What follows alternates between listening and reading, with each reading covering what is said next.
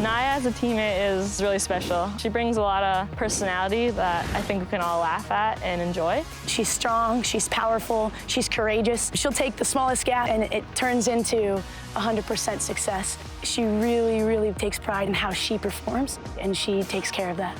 The only way you can stop her is to be in her face before she receives the ball.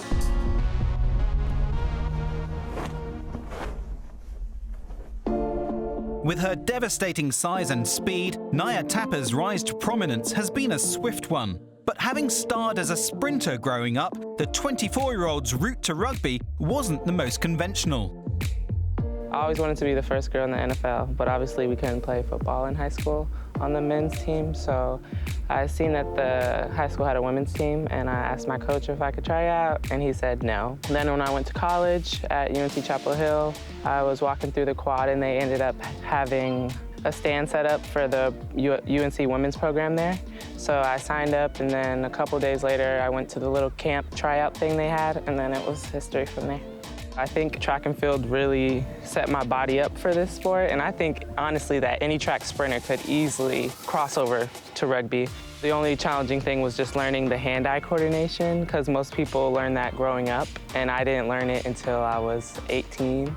Having to depend on other people to win was a different idea that I had to deal with, and it's way more stressful because a lot of the times you can only control yourself, you can't control everything else around you. So I had to learn patience really fast because I was obviously not at the caliber that I am now when I first started here. So just having the pressure of I need to do good because if I don't, they can't do good. So I like the idea of it now, but it was definitely a work in progress.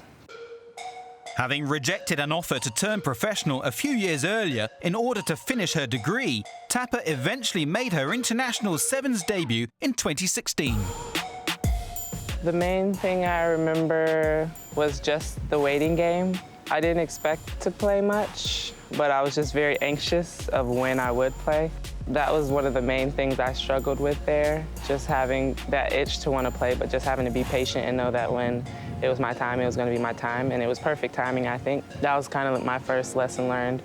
You're always nervous right before, but as soon as you get on the field and they do the kickoff, everything leaves and you're just playing rugby as if you were playing it in your backyard or with your friends at a club fun tournament. So I didn't feel too nervous, and I feel like I didn't play nervous either, so that was good. Having established herself on the Sevens series, the winger was then asked to concentrate on 15s ahead of the 2017 Women's Rugby World Cup. The transition wasn't that bad because I had more experience in 15s because in college I did 4 years of it. It's definitely different because it's a way bigger group, more personalities to deal with. One of the main things I love about it is just the energy's amazing. All the girls are happy to be there, they're happy to play. I had to learn to be more dynamic with my feet and just my mind as well. Our first game, I was like winded.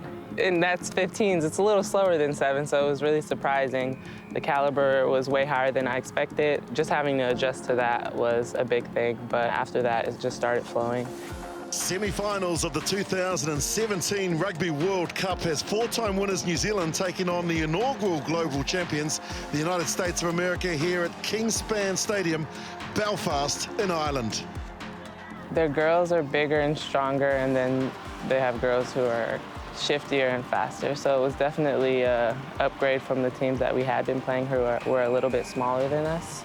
Their connection they have is like something I dream about, especially for us to have in sevens, because then I just think we'd be unbeatable. So that's like one of the main things that I want myself and the team to work towards, is just that consistency and that connection that they have. Just a year later, Tapper again faced New Zealand in a semi-final, this time at the Rugby World Cup Sevens, a tournament hosted on home soil in San Francisco.